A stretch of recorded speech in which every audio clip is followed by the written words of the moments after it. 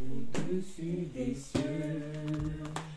Je veux le louer, il est exalté, à jamais exalté. Je loue son saint nom. Il est Seigneur, sa vérité régnera. Tout l'univers se réjouit en son saint nom. Il est exalté, le roi est au-dessus des cieux. Il est exalté, le roi est au-dessus des cieux. Je veux le louer, il est exalté, à jamais exalté. Je loue son saint nom. Il est Seigneur, sa vérité régnera. Tout l'univers se réjouit dans son saint nom. Il est exalté, la joie est au-dessus des cieux. Il est exalté, le roi est au-dessus des cieux. Il est Seigneur, sa vérité régnera. Tout l'univers se réjouit en son saint nom. Il est exalté, le roi est au-dessus des cieux. Il est exalté, le roi est au-dessus des cieux. Il est Seigneur, sa vérité régnera. Tout l'univers se réjouit en son saint nom. Il est exalté, le roi est au-dessus des cieux. Il est exalté, le roi est au-dessus des cieux. Il est exalté, le roi est au-dessus des cieux. Amen. Amen. Père, tu es au-dessus des cieux. Tu es le roi que nous connaissons. Tu es le seul Dieu que nous prions. Tu es le seul Dieu que nous élevons. Tu es le seul Dieu que nous adorons. Tu es le seul Dieu auquel nous croyons. Tu es le maître des temps et des circonstances. Tu es le Dieu qui a créé le ciel et la terre. Tu es le Dieu, oh Papa, qui nous a donné ton esprit afin que nous puissions te ressembler, corps, âme et esprit. Nous te bénissons encore. Sois élevé, sois glorifié. Ainsi nous avons prié au nom de Jésus-Christ. Amen. Amen. Amen. Nous allons prendre la parole dans Psaume 119. Nous continuons d'entretenir notre chair, notre âme et notre esprit. Nous allons nous entretenir, nous continuons. En tout cas, que le Seigneur nous fasse du bien avec sa parole. Dans le psaume 119, nous allons lire quelques passages. Je pense que ce psaume, nous allons rester dessus longtemps. Parce que c'est le seul livre de la Bible où il y a plusieurs versets. Il y a beaucoup de versets. Le psaume 119. Alors, si vous y êtes, suivez avec moi la lecture. Et je pense qu'en lisant, le Seigneur va nous aider. En même temps, nous allons comprendre. Le psaume 119 au verset 1er dit ceci. Heureux ceux qui sont intègres dans leur voie, qui marchent selon la loi de l'Éternel. Heureux ceux qui gardent ses préceptes, qui le cherchent de tout leur cœur, qui ne commettent point d'iniquité et qui marchent dans ses voies. Tu as prescrit tes ordonnances pour qu'on les observe avec soin. Puissent mes actions être bien réglées afin que je garde tes statuts, alors je ne réjouirai point. À la vue de tous tes commandements, je te louerai dans la droiture de mon cœur, et apprenant les lois de ta justice, je veux garder tes statuts, ne m'abandonne pas entièrement. Nous sommes au verset 8. Avant de continuer, regardez comment le psalmiste commence ce psaume. Notre frère dans la foi, notre aïeul, David, qui dit ceci. Heureux ceux qui sont intègres dans leur voie. Sommes-nous intègres dans nos voies aujourd'hui? Être intègre dans la voie, c'est ce que nous avons chanté tout à l'heure. Quand David a entonné « Oh mon âme, bénis le Seigneur ». Quand nous avons chanté « Oh mon âme, bénis le Seigneur ». À un moment donné, je disais, même dans la misère, je bénirai le Seigneur. Même dans la galère, je bénirai le Seigneur. Même dans la souffrance, je bénirai le Seigneur. C'est ça, être intègre. Un homme intègre, peu importe les situations qui sont devant lui, il ne change pas de voie. Il ne change pas de trottoir.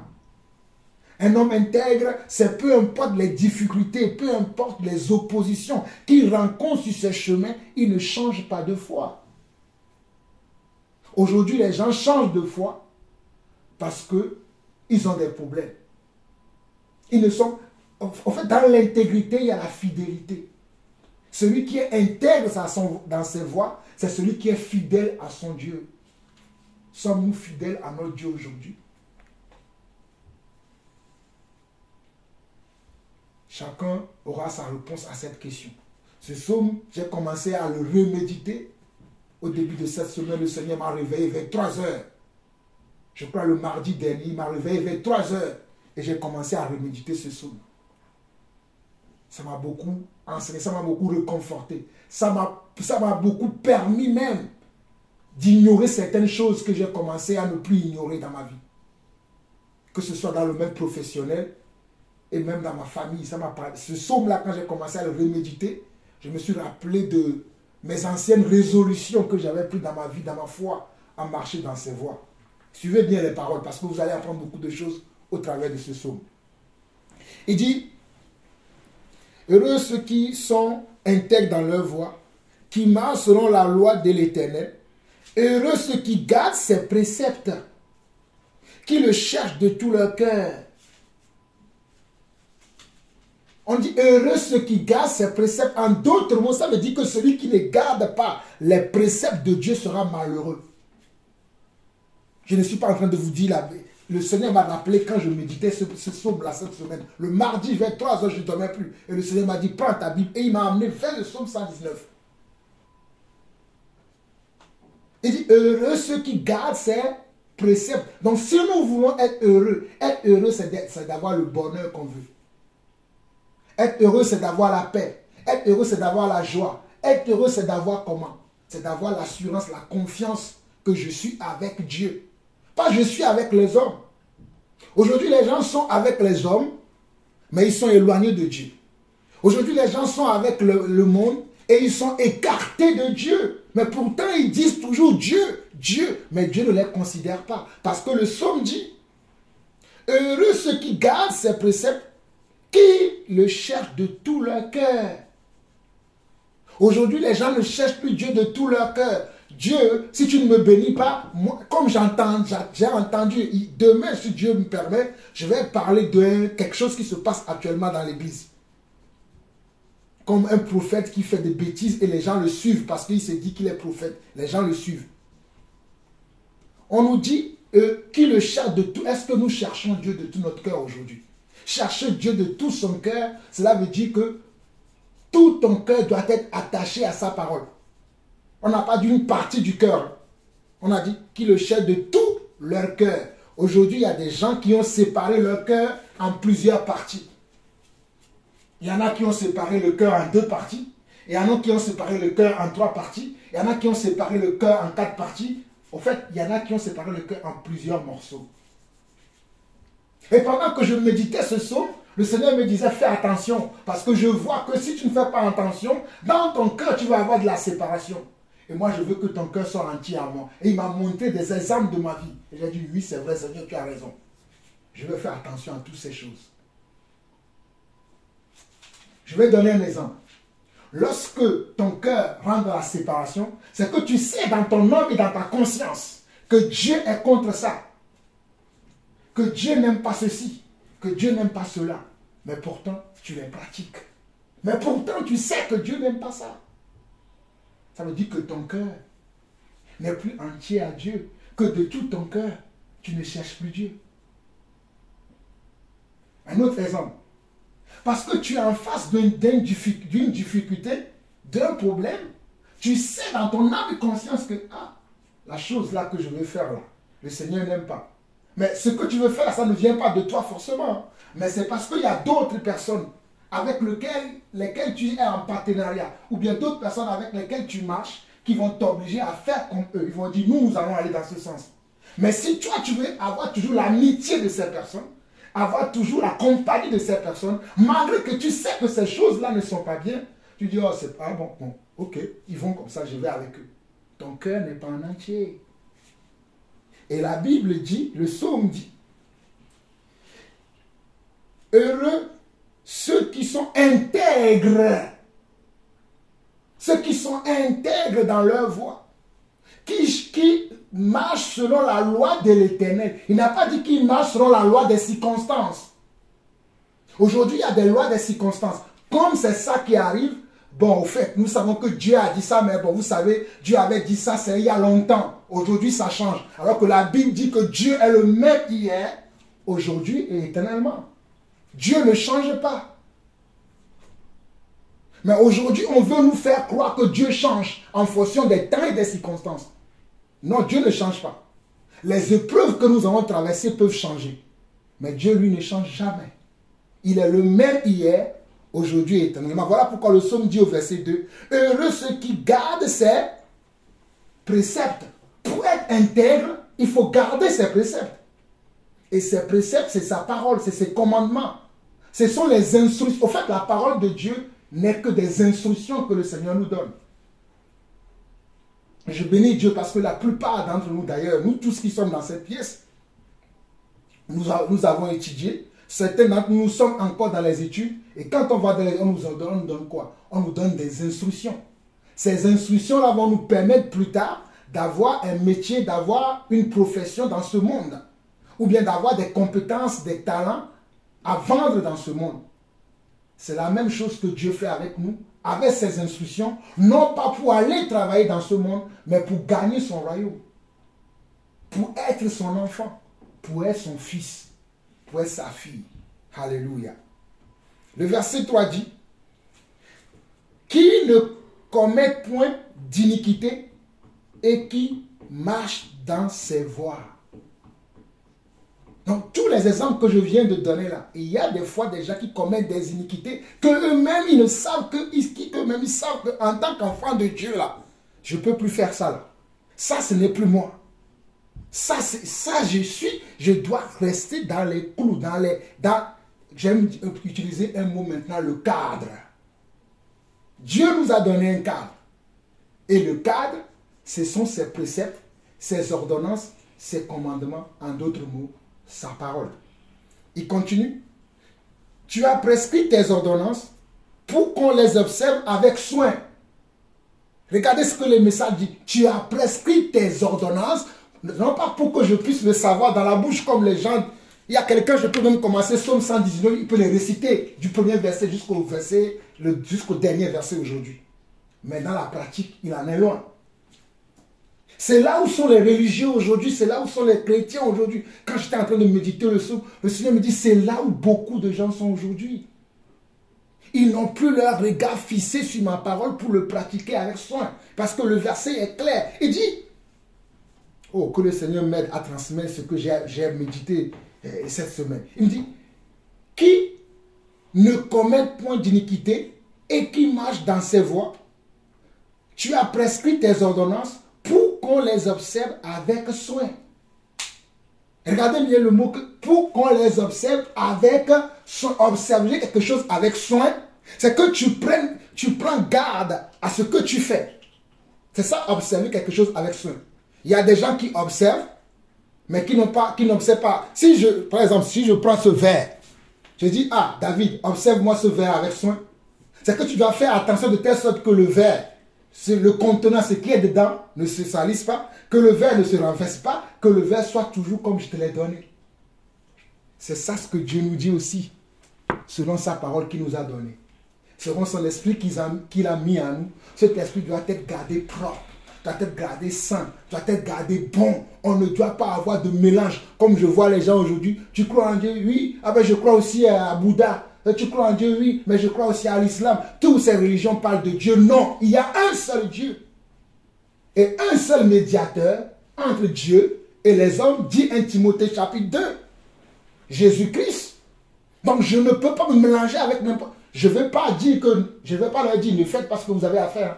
Faites ce que vous avez à faire. Mais moi, quand je veux parler de mon Dieu. Si vous voulez m'amener à prier avec vous, je vais dire je ne peux pas prier avec vous parce que nous n'avons pas le même Dieu. C'est aussi simple que ça va paraître choquant. Je me suis rappelé d'une discussion que j'ai eue avec un membre de ma famille qui m'a dit non, tu nous choques trop. On prie tous le même Dieu, mais non, c'est faux. Et du coup, ça m'a amené, le Seigneur m'a rappelé certaines discussions, ça m'a amené des fois quand tu disais, ouais, pour ne plus discuter. Le Seigneur m'a dit non. Tu dois toujours dire ce que tu sais que c'est vrai. Je parle de moi, mais chacun a sa marche, comment avec le Seigneur il marche. Et j'ai compris pourquoi le Seigneur m'a ramené moi-même à revenir sur ce somme que je connaissais, que je mettais en pratique dans toute ma vie. Mais au vu des circonstances, j'ai commencé à dire, oh non, c'est pas grave. Si, c'est grave. Parce que je dois, comme le verset dit, oh, j'aime cette parole qui dit, et qui marche dans ses voies, tu as prescrit tes ordonnances pour qu'on les observe avec soin. Puissent mes actions, regardez comment David dit, puissent mes actions être bien réglées, afin que je garde tes statuts. Puissent mes actions. Les actions, c'est les circonstances dans lesquelles nous allons nous retrouver, malgré nous. Nous n'avons pas choisi les familles dans lesquelles nous sommes nés. Nous n'avons pas choisi la société dans laquelle nous voulons travailler. Parce que parfois, je dis certains, ils choisissent. Moi, j'ai choisi ma société pour avoir un salaire à la fin du mois.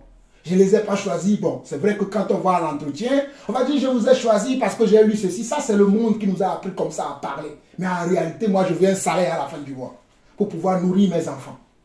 Donc, je ne les ai pas choisis parce que, bon, ils sont beaux, donc, parce que je sais que ces gens n'ont pas les mêmes valeurs que moi, je défends. Mais j'ai besoin d'un salaire.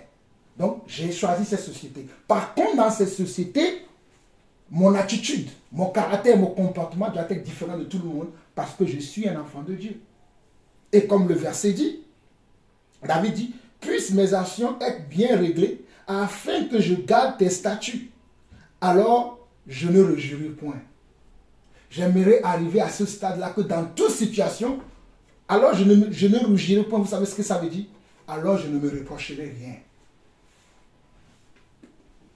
Voilà pourquoi la parole de Dieu dira, si votre conscience ne vous condamne pas, alors vous êtes enfant de Dieu. Mais si votre conscience vous condamne, vous êtes pécheur.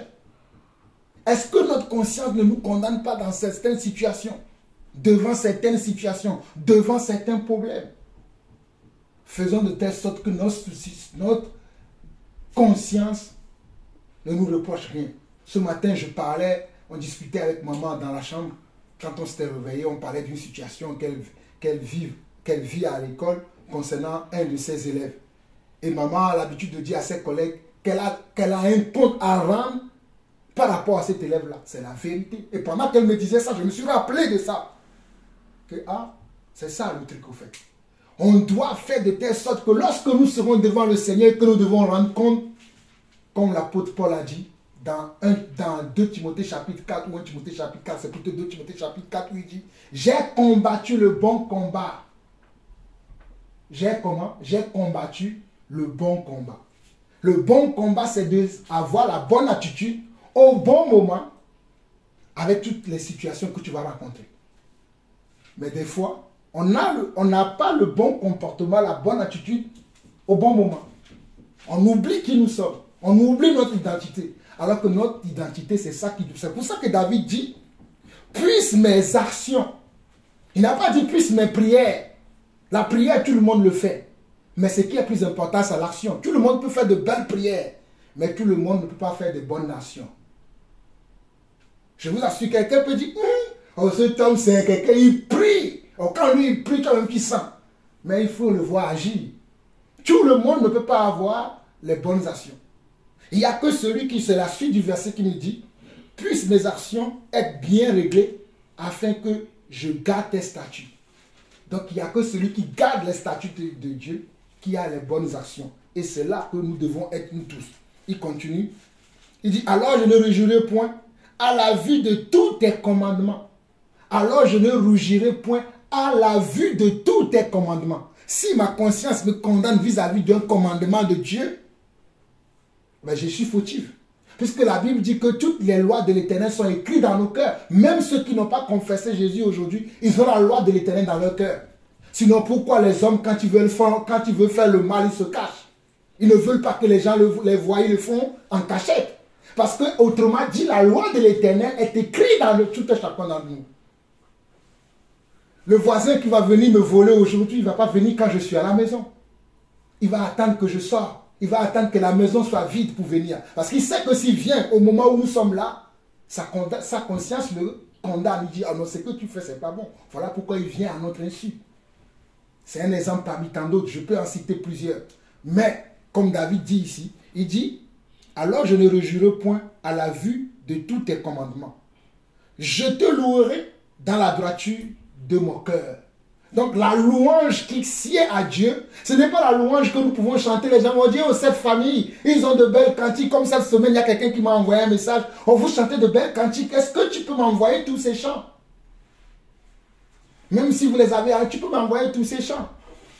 Mais est-ce que nos louanges là, est-ce qu'elles sont dans la droiture du cœur? Est-ce que nos louanges sont... Parce que David dit, je te louerai dans la droiture de mon cœur. Si nos cœurs sont dans l'hypocrisie, dans les jugements, dans les mauvais désirs, dans surtout les choses dans lesquelles nos cœurs peuvent se trouver et qu'on peut des fois oublier aujourd'hui, c'est la convoitise. C'est quelque chose que le diable utilise aujourd'hui pour prendre beaucoup de gens. La convoitise et l'orgueil de la vie. Oh moi, je suis issu d'une famille, moi on m'a élevé, moi on m'a gardé, moi. Le moi. Oh Paul dira, qu'as-tu que tu n'aies pas reçu? Et si tu l'as reçu, pourquoi te glorifies-tu comme si tu ne l'as pas reçu?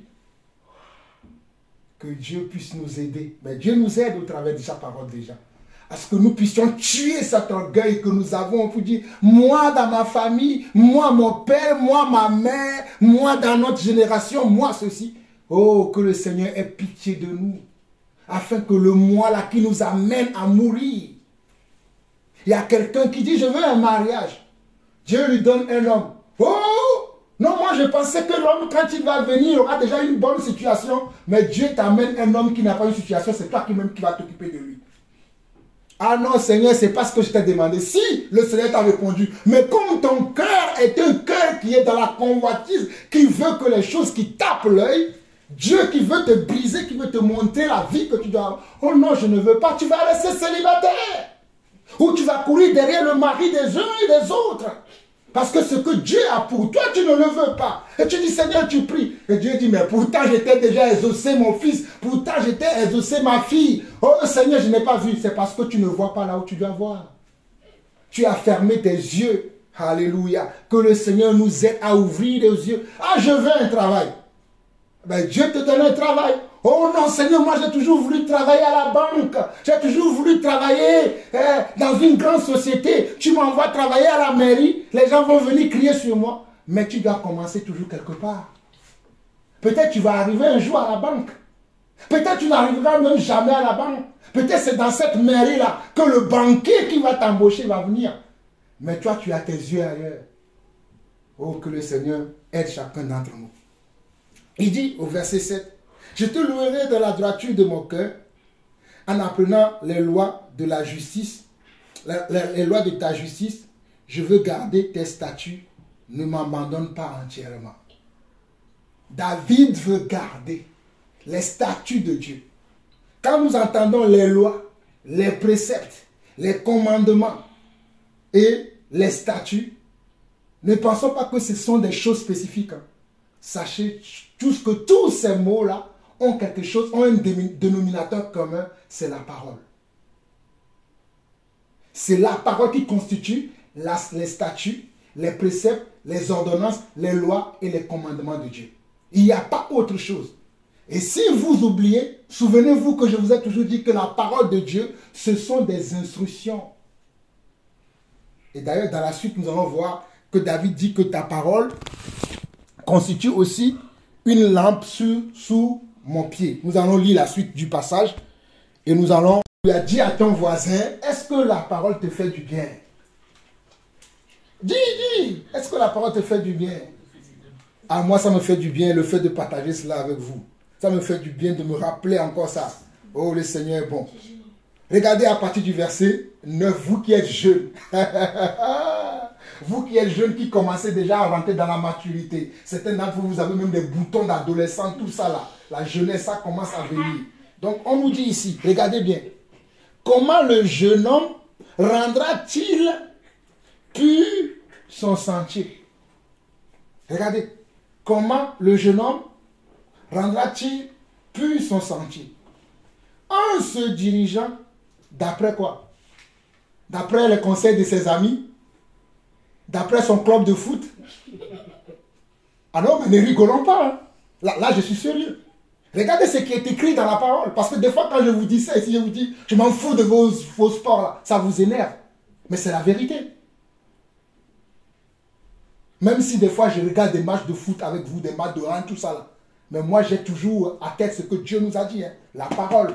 C'est ce qui est le plus... Regardez, c'est pas moi qui ai inventé quand même. On a dit, comment le jeune homme rendra-t-il son sentier pur? En se dirigeant d'après... Oh, je ne vous entends plus. D'après? Pas d'après ton club. Ça veut dire que même si j'aime mon club, je dois me diriger d'après la parole de Dieu. Pour nous qui sommes adultes, pas d'après ton boulot. Pas d'après ton travail, mais d'après ta parole. Mais il y a des gens qui marchent aujourd'hui d'après leur travail. Oh non, mais chérie, moi je vais au travail, je n'ai pas le temps pour toi. Ah bon? Ton travail doit prendre maintenant la place de ton mari. Oh madame, tu sais, moi je vais au travail, tu vas te débrouiller. C'est comme ça que les familles se brisent aujourd'hui parce qu'on a oublié l'essentiel, la parole de Dieu. La parole doit être au centre de tout ce que nous faisons. La parole doit nous diriger dans toutes choses. Tout ce que nous faisons aujourd'hui, la parole de Dieu. Et ça doit commencer dès la jeunesse. Vous savez pourquoi les adultes, certains adultes aujourd'hui sont... Oh, je bénis le Seigneur pour mon épouse. Parce que nous avons compris ça et c'est ce que nous essayons de vous inculquer. Dieu m'a fait comprendre que beaucoup de familles sur cette terre vont mal aujourd'hui parce que dès le jeune âge, ils n'ont pas appris ça à leur famille. Et quand la personne arrive à un certain moment et que tu lui dis ça, et surtout, pire encore, si la personne ne connaît pas le Seigneur, c'est difficile. C'est quand tu parles à cette personne, il va dire, mais lui me parle de quoi là? Il parle de qui? C'est quoi tout ça, parole? Quelle parole? Moi, on m'a toujours dit ceci. C'est pour ça que je prends la peine de vous dire toujours que estimez-vous heureux. Que dans notre famille, que ce soit votre maman et moi-même, nous avons la même foi. Nous visons la même chose. Dans certaines familles, ce n'est pas la même chose. Aujourd'hui, le mari est parti à l'église catholique. La femme est partie à l'église pentecôtiste. Dans une autre famille, l'autre est parti à l'église protestante. L'autre est parti à l'église évangélique. Il rentre le soir, l'autre, mon pasteur a dit ça. L'autre a dit, mon pasteur a dit ça. Il se querelle à la maison. C'est moi qui ai raison. C'est moi qui ai raison. Estimez-vous heureux parce que nous, ici, on a la même foi. Non seulement on a la même foi. Oh, estimez-vous encore plus heureux. On a la vraie, pas le faux. La vraie foi, ce n'est pas moi qui l'invente. Quand vous-même, vous regardez. Oh Seigneur, aide-nous. Regardez. On nous dit, comment le jeune homme rendra-t-il pur son sentier? En se dirigeant d'après ta parole. Je te cherche de tout mon cœur. Ne me laisse pas m'égarer loin de tes commandements. Je te cherche de tout mon cœur. Ne me laisse pas m'égarer loin de tes commandements. Je sais ta parole dans mon cœur afin de ne pas pécher contre toi. Béni sois-tu, ô Éternel. Enseigne-moi tes statuts. De mes lèvres, j'énumère toutes les sentences de ta bouche. Je me réjouis en suivant tes préceptes. Et vous ici, quand on vous dit de suivre les préceptes de Dieu, c'est comme si le ciel est tombé sur vous. Pourquoi papa il veut qu'on fasse ça? Pourquoi maman il veut faire qu'on fasse ça? Voici quelqu'un qui vous dit que dès le jeune âge, oh, ce n'est pas moi qui ai écrit ce passage. Ce passage existait avant moi, en naissant. Comment le jeune homme rendra-t-il pur son sentier? À partir du verset 8. Hein. Et dans la suite, il dit que ce que le jeune homme doit faire. Regardez ce qu'il dit. La suite dit, verset 10 dit, je te cherche de tout mon cœur. Donc le jeune homme qui veut rendre son sentier pur doit chercher Dieu de tout son cœur. Les adultes aussi. Hein. Ne me laisse pas m'égarer loin de tes commandements. M'égarer veut dire, je ne dois pas marcher sur une autre voie si cette voie n'est pas la voie du Seigneur. Si cette voie n'est pas la voie de la parole de Dieu. Si cette voie n'est pas la voie de Dieu, moi je ne dois plus me retrouver dans ça. Je continue. Je sais ta parole dans mon cœur afin de ne pas pécher contre toi. Où est-ce que vous serrez la parole de Dieu? Vous le serrez juste pendant la célébration, ou bien vous continuez à le garder tout au long de la semaine, tout au long de votre vie. Parce que cette parole va vous servir aujourd'hui, mais elle vous servira tout au long de votre vie, tout au long de votre existence sur terre. Le verset continue. Béni sois-tu, ô Éternel, enseigne-moi tes statuts. À vous, aujourd'hui, vous allez regarder les statuts WhatsApp, les statuts Facebook, et vous allez commencer à rigoler. Ah oui, la distraction du monde. Je suis dedans aussi. Hein.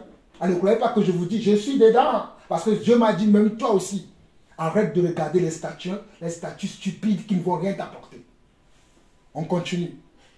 De mes lèvres, j'énumère toutes tes sentences, toutes les sentences de ta bouche. Je me réjouis en suivant tes préceptes. Comme si je possédais tous les trésors. Regardez ce que David dit. Hein. Il dit, je me réjouis en suivant tes préceptes comme si je possédais tous les trésors. Donc les préceptes, en d'autres mots, la parole de Dieu doit représenter pour nous un trésor. Si elle ne représente pas un trésor pour nous, nous allons voir la parole de Dieu comme si ce n'est pas nécessaire, comme si ce n'est pas important, comme si ce n'est pas quelque chose sur lequel on doit veiller. Et regardez David au verset 15, il dit, je médite tes ordonnances, j'ai tes sentiers sous les yeux, je fais mes délices de tes statuts, je n'oublie point ta parole. Verset 15 de Psaume 119 dit, je médite tes ordonnances, j'ai tes sentiers sous les yeux, je fais mes délices de tes statuts, je n'oublie point ta parole. Au verset 17, il dit, fais du bien à ton serviteur pour que je vive et que j'observe ta parole. David veut vivre et il demande à Dieu de lui faire du bien. Et quel bien qu'il demande? Il ne demande pas, donne-moi le dernier Ferrari. Donne-moi le meilleur club du monde pour qu'on me voie dans le meilleur club. Il dit, fais du bien à ton serviteur pour que je vive et que j'observe ta parole. Oh, alléluia! Est-ce que nous sommes prêts à observer la parole de Dieu au détriment des propositions que nous avons dans le monde, au détriment des suggestions que nous avons dans le monde, au détriment des sollicitations que nous avons dans le monde, au détriment... Bien sûr qu'il y a certaines sollicitations, certaines suggestions que nous allons avoir dans le monde, c'est Dieu lui-même qui va m'ouvrir une porte. Parce que Dieu est celui qui ouvre les portes et c'est lui qui ferme la porte aussi. Des fois, des portes nous seront fermées. Ça veut dire que Dieu a décidé que non, cette porte-là n'est pas bien pour toi. Quand Dieu la ferme, ne dis pas au Seigneur, j'avais tant espéré. J'avais tellement espéré que c'est dans ce ministère que moi je vais aller travailler. Ah, c'est dans cet endroit que moi je serai. Mais Dieu, tu vas à l'entretien, on dit tu n'es pas retenu. Rentre chez toi, glorifie ton Dieu. Et continue à observer la parole de l'Éternel. Verset 18, il dit, ouvre mes yeux pour que je contemple les merveilles de ta loi. Il ouvre mes yeux pour que je contemple les merveilles de ta loi. Donc la loi de l'Éternel constitue des merveilles. La loi de l'Éternel ne constitue pas des tristesses, ne constitue pas du malheur, ne constitue pas des choses qui ne... Non, la loi de l'Éternel sont des merveilles. Si je ne vois pas la loi de l'Éternel comme des merveilles, alors je vais marcher contre la loi de l'Éternel. Parce que je ne le vois pas comme des merveilles. Ah, la loi de l'Éternel me dit, en tant qu'enfant de Dieu, je dois marcher avec les enfants de Dieu. Je dois considérer les conseils des enfants de Dieu. Mais aujourd'hui, donne un conseil à un enfant de Dieu. Oh, toi, tu es trop dur. Tu es trop radical. Comme on a l'habitude de me dire, tu es trop radical. Tu es trop... Est-ce que tu crois que c'est ce que Dieu veut dire réellement? Mais on a lu la chose, non? Je t'ai dit, oh non, tu es trop radical. Pourquoi tu ne me permets pas d'aller avec cet homme? Mais l'homme n'est pas sauvé. Il n'est pas un enfant de Dieu.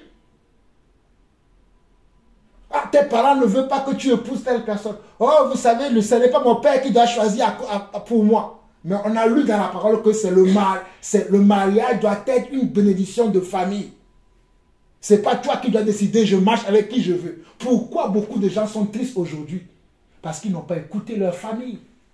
Ils ont ramené Mamadou et Bineta à la maison. Papa a dit, je ne veux pas de Mamadou. Ma maman a dit, je ne veux pas de Bineta. Ah, moi j'ai choisi Bineta. Si tu ne veux pas, ce n'est pas grave. Moi, je vais aller avec Bineta. Je peux même me régner. Mais quand tu vas commencer à avoir des problèmes, est-ce que c'est la faute de ton père et de ta mère? Ils t'ont dit, ce n'est pas la personne pour toi. Ce sont les personnes que Dieu a utilisées pour t'amener sur terre. Je sais que vous n'êtes pas dans cette situation aujourd'hui. Mais faites attention. Parce que bientôt, très bientôt, vous choisirez vos conjoints. Parce que vous grandissez. Choisissez en fonction de ce que vous connaissez. Vous êtes prévenus. Dieu vous a enseigné. Ne venez pas me dire, papa, moi c'est ce que j'ai trouvé. Vous savez, papa, c'est votre éducation. Comme certains d'entre vous me disent, c'est votre éducation d'Afrique. Ça n'a rien à voir avec l'éducation d'Afrique. C'est l'éducation de la parole. Abraham, notre grand-père, il a envoyé son serviteur chercher la femme de son fils Isaac où? Dans sa famille. La famille, là, c'est quoi? Ça représente quoi? L'église. Ça représente quoi? Ça représente le royaume de Dieu. Ça représente quoi? Ça représente la volonté de Dieu. Amen. Nous continuons. Verset 20. Mon âme est brisée. Non. Oui. Mon âme est brisée. Puis... Oh, qu'est-ce que je raconte? Oui, ne me cache pas tes commandements, oui. Mon âme est brisée par le désir qui toujours la porte vers tes lois. Waouh! J'aimerais arriver à ce statut de David. Regarde ce que David dit. Il dit, mon âme est brisée par le désir qui toujours la porte vers ta loi. Ça veut dire, tellement David est brisé à l'intérieur de lui que son âme la porte toujours vers les lois de Dieu. Pas vers la loi du monde. Pas vers la loi de ceux qui l'entourent. Mais ses désirs sont toujours tirés vers les lois de Dieu. Il dit verset 21. Tu menaces les orgueilleux, ces maudits, qui s'égarent loin de tes commandements. Je l'ai dit tout à l'heure que ce sont les orgueilleux, hein, ceux qui sont dans la convoitise, qui n'aiment pas marcher dans les voies de Dieu. Regarde, c'est ce que David dit. Tu menaces les orgueilleux, ces maudits. Vous voyez, quand on est orgueilleux, on est maudit. Hein? Quand on est orgueilleux, quand on décide de prendre la voie de l'orgueil, on rentre dans la malédiction. Parce que regardez ce que David dit. Tu menaces les orgueilleux, ces maudits, qui s'égarent loin de tes commandements. Décharge-moi de l'opprobre du mépris, car j'observe tes préceptes. Des princes ont beau s'asseoir et parler contre moi, ton serviteur médite tes statuts. Regardez, des princes ont beau s'asseoir pour parler contre moi, mais ton serviteur, il fait quoi? Il continue de méditer tes statuts. C'est ce que je disais tout à l'heure. Les gens vont te dire, tu es trop radical. Oh David, tu es trop dur. Toi, tu aimes trop la parole. Mais toi, tu dois toujours méditer et garder les statuts de l'Éternel. Parce que le but de l'ennemi, c'est de te faire quoi? C'est de te dérouter de la parole. c'est de t'enlever de la parole. C'est d'enlever les objectifs que tu t'es fixés dans ta vie. Moi, mes objectifs dans ma vie, c'est de pouvoir continuer à marcher dans la voie du Seigneur. C'est de pouvoir aimer ma femme comme la Bible dit dans Ephésiens 5 que Christ, il dit quoi? Il conseille à nous les maris, il dit, Marie, aime ta femme comme Dieu a aimé l'Église. C'est ce que je veux faire. Ça ne veut pas dire que, ah bon, quand si ta femme fait quelque chose qui t'a, bon, moi je ne l'aime plus, comme dans le monde d'aujourd'hui. Moi j'aime plus, elle m'a déçu, ben, je rentre, je sors là-bas, je vois quelqu'un d'autre. Moi tu sais, celle qui est là-bas, là, je ne veux plus, tu vas rien remplacer. C'est comme ça que les gens font aujourd'hui. Et ils vont justifier. Oui, parce qu'elle ne repasse pas mes habits, parce qu'elle ne fait pas bien à manger. Ah ben tu es rentré dans le mariage, il fallait voir tout ça là, avant de rentrer. Tu es déjà rentré. Ah mais je me suis aperçu que, ah oui, elle ne fait pas bien ceci. Mais il fallait le savoir avant. Tu ne goûtes pas et après tu dis, bon, j'ai goûté, c'est pas bon. Ah mais non, tu dois mettre toi-même le sel maintenant, tu dois mettre toi-même l'huile, tu dois mettre toi-même tous les ingrédients, tu dois mettre toi-même ton poivre et le manger comme ça. Mais ça devient dur. Pourquoi ça devient dur pour les hommes? Parce qu'on est orgueilleux. On ne pense qu'à nous. On ne pense pas au bien de l'autre. On ne pense qu'à soi. Et Dieu veut briser le soir en nous. Voilà pourquoi David dit, oh j'aime cette parole. Il dit, tu menaces les orgueilleux, ces maudits, qui s'égarent loin de tes commandements. Décharge-moi de l'opprobre du mépris, car j'observe tes préceptes. Des presses ont beau s'asseoir et parler contre moi. Ton serviteur médite tes statuts. Qu'on me dise que je suis radical, qu'on me dise que je suis dur, qu'on me dise que moi j'aime trop la parole, que non, ce n'est pas ça exactement ce que la parole dit. Je ne vais pas changer, je ne bouge pas d'un seul iota. Je reste indéboulonnable. Est-ce que nous pouvons rester comme ça, nous tous? Dieu parle à tout un chacun d'entre nous. Tes préceptes font mes délices. Ce sont mes... Oh, je ne vous entends pas. Ce sont mes... Qu'est-ce qui est conseillé? Les préceptes de Dieu. Et je vous ai dit dès le départ que quand vous attendez le mot précepte, le mot loi, le mot ordonnance, le mot statut, c'est la parole. Donc quand il dit tes préceptes font mes délices, il veut dire tes paroles sont mes conseillers. Donc au lieu d'aller chercher un conseiller, comme les gens appellent aujourd'hui dans le monde des coachs, mais qui sont des gens qui ne vont pas vous coacher selon la parole de Dieu, mais ils vont vous coacher selon le monde. C'est dans le monde, ces coachs-là, ils vont vous dire, avec ton mari, il te dit que tu n'es pas belle, ben ce mari-là ne te mérite pas. Hein. Alors ce mari, comment il peut dire à sa propre femme, tu n'es pas belle? Quelque part, il a raison. Parce que si tu es marié avec quelqu'un, la Bible dit que toi et ton épouse ou ton conjoint, vous formez un seul corps. Mais si tu commences à dire qu'elle n'est pas belle, c'est toi aussi qui es vilain parce qu'elle te représente. Mais le coach, là, il va te dire, ah ben s'il te dit ça, ah, moi je t'avoue, quitte-le. Et c'est ce qu'ils font. Donc je prends les exemples là. Ou bien des coachs qui vont vous dire, ben si tu te sens mal, c'est parce que bon, tu ne bois pas beaucoup. Il faut boire un peu aussi. C'est quoi ces conseils? Alors que la Bible dit, la parole de Dieu dit, tes préceptes font mes délices, ce sont mes conseillers. Alléluia.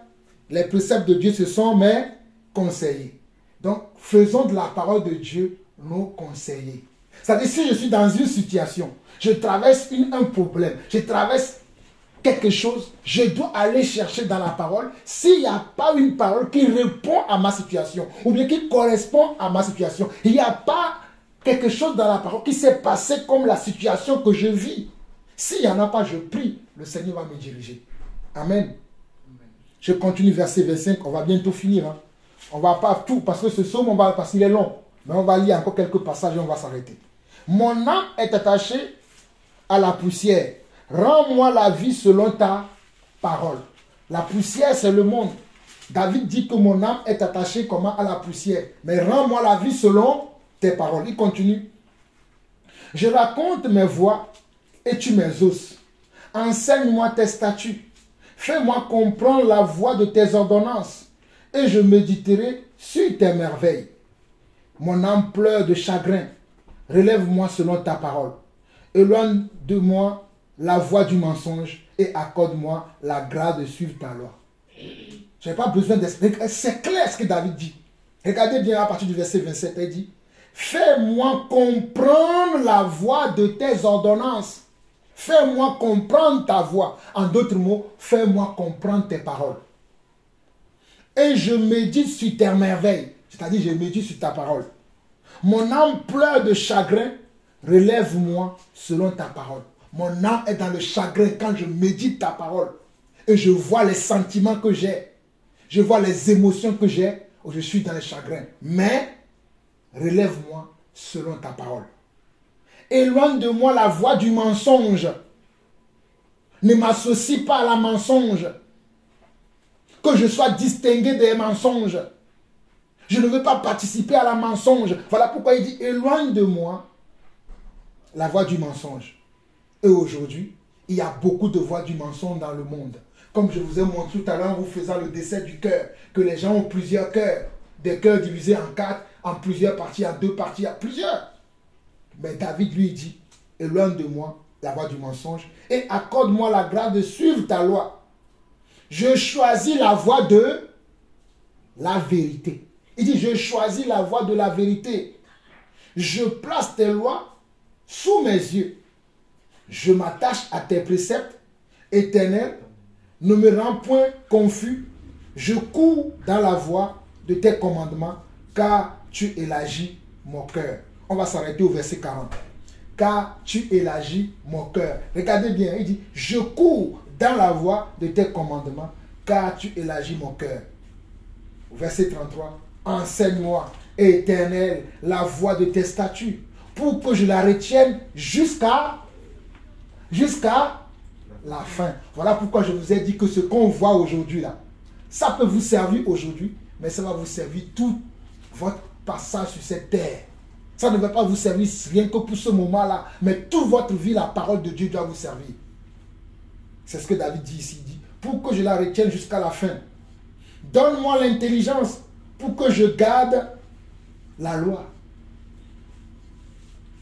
Alors nous voulons avoir l'intelligence aujourd'hui pour avoir le meilleur poste dans ce monde. Pour avoir le meilleur gloire dans ce monde. Mais David lui dit, donne-moi l'intelligence pour que je garde la loi. Et que j'observe de tout mon cœur. Et que je l'observe de tout mon cœur. Conduis-moi dans le sentier de tes commandements. Conduis-moi dans le sentier de tes commandements veut dire conduis-moi dans le sentier de ta parole. Conduis-moi selon ta parole. Dirige ma vie selon ta parole. Dirige mes pensées, dirige mes sentiments, dirige mes émotions, dirige mes projets. Projets. Quels sont nos projets aujourd'hui? Il y a des gens, leur projet aujourd'hui, c'est d'aller faire des bêtises qui n'ont rien à voir avec la parole de Dieu. Certains même, c'est utiliser la parole comme un moyen pour aller faire n'importe quoi. Sortir les paroles de leur contexte pour aller justifier leurs bêtises. Mais David lui dit, conduis-moi dans le sentier de tes commandements, car je l'aime. Est-ce que nous aimons la parole de Dieu? Incline mon cœur vers tes préceptes et non vers le gain. Parce que dans le monde aujourd'hui, il n'y a que le gain. Les préceptes de Dieu ont disparu. Même dans la maison de Dieu, les préceptes, les commandements de Dieu ont disparu. Tout a disparu dans la maison de Dieu. Voilà pourquoi je hais les maisons de Dieu aujourd'hui. Parce que dans la maison de Dieu, ce sont les malfaiteurs qui sont dans cette maison. Ce sont des faux qui sont là aujourd'hui. Le vrai a disparu. Et quand toi tu parles, on va te dire, tu te prends pour qui? Mais David dit, incline mon cœur vers tes préceptes et non vers le gain. Détourne mes yeux de la vue des choses vaines. Détourne mes yeux de la vue des choses vaines. Détournons nos yeux des choses qui sont vaines. Je répète encore. Détournons nos yeux. Mon frère, ma soeur, détourne tes yeux des choses qui sont vaines. Oh mon frère, oh ma soeur, détourne tes yeux des choses qui sont vaines. Oh mon frère, oh ma soeur. Voilà ce que je vais chanter maintenant.